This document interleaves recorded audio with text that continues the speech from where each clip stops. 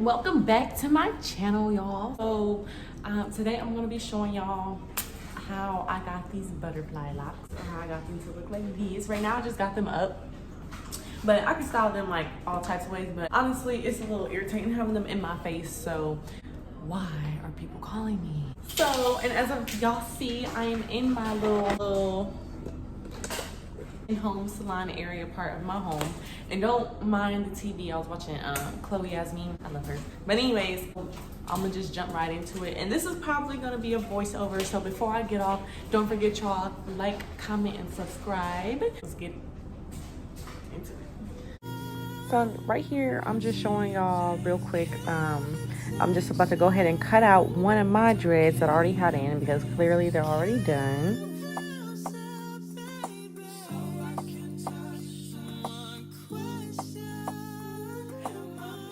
Alright, so there's like this little loop that I'm about to cut, and with the butterfly locks there's always a loop, but just be careful because I have actually the same piece I'm about to cut.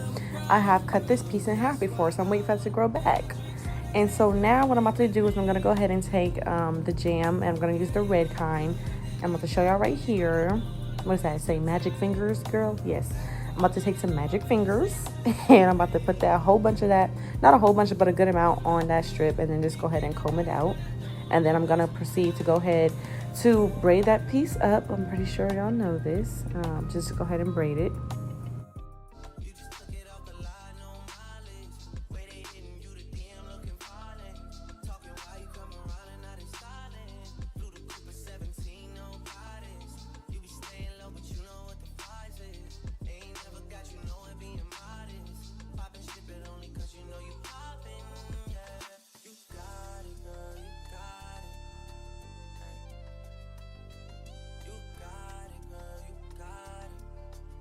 Okay, so now what I'm going to go ahead and do is take one piece of the black, and I'm also going to take one piece of the blonde, since I did a mixed color, and I'm going to go ahead and start by splitting apart the piece of hair just like how I'm doing in the video. Split that apart so it gives you that fluffy effect, so I'm going to do that to both of them.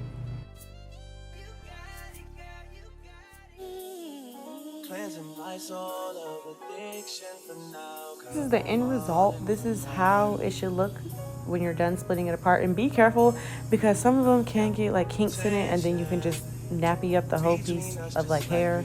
So just be careful when you're like pulling it apart. Like this one, it gave me trouble. Like this one kept like trying to knot up on me. So just be careful, because you don't want to make the waste pieces and then they end up nappy and you can't use them.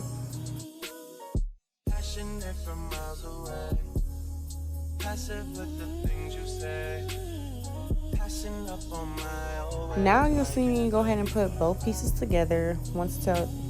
Girl, I can't talk. Once they are together, you're gonna go ahead and crochet that through the root of the braid, like you'll see me do.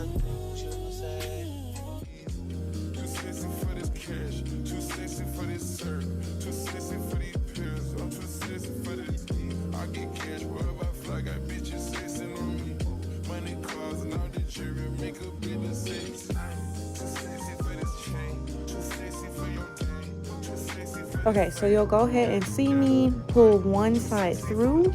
So you should have, it should be even down the side, two sides, whatever. So one of those sides are going to be longer than the other.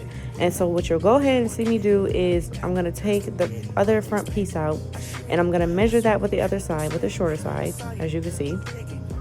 And then that shorter side will basically be my base. So I'm going to wrap around that shorter side.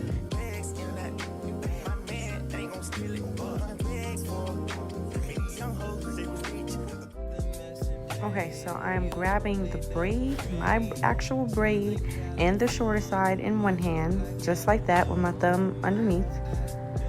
And I'm gonna go ahead and wrap around 3 to 4 times for the base of the dreadlock. I'm wrapping around 3 to 4 times.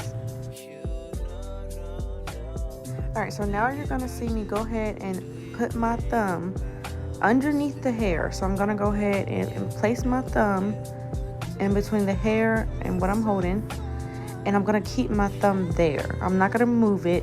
I literally just slid my thumb out, slide it out, boom, just wrap it over. Slide it out from the hair that's underneath it, wrap it over.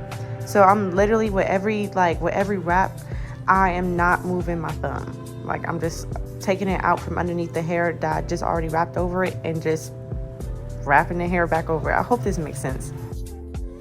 And just to let y'all know, I'm also not wrapping this hair tight at all. At the root, I do wrap it tight, but once I start placing my thumb in between, the hair, I don't wrap it tight at all because it doesn't give you that fluffy look. And if you pull tight on it, then it won't give you that bubbly effect if you pull tight on the hair. So this is actually wrapped pretty loose, and then I'll show you what I do to ensure that the hair doesn't slide off or get messed up.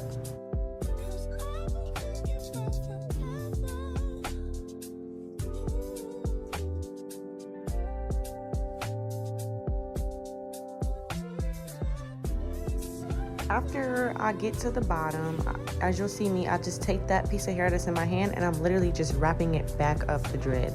That is it. I'm just wrapping it back up the dread. And now sometimes I will place my thumb in there, wrapping back up too as well, depending on how much hair I have left, because I still do want it to look fluffy at the bottom. And then now, once the hair is wrapped up, you'll see me take the end of it and just fold it up. And that piece of hair that's sticking out, you're just gonna wrap that around too as well. Wrap that tight. Honestly, some people put super glue. I don't, but just wrap that really tight. And then also as well, you can do a knot too, just to ensure that that stays.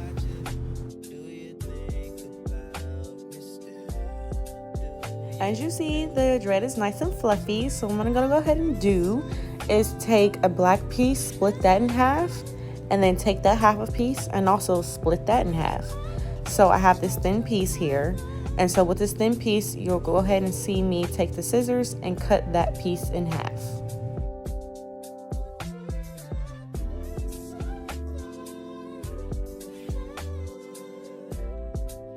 With this piece, you're gonna go ahead and start from the bottom and start to wrap up.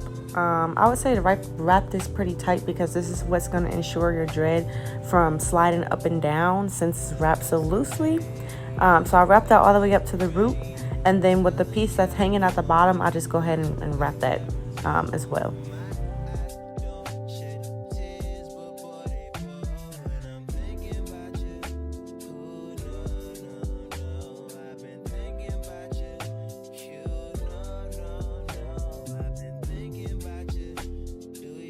Alright, so basically that is how I do it. We are done. If you have any questions or if you feel like I didn't explain anything right, just let me know. But yeah, that's how I do it.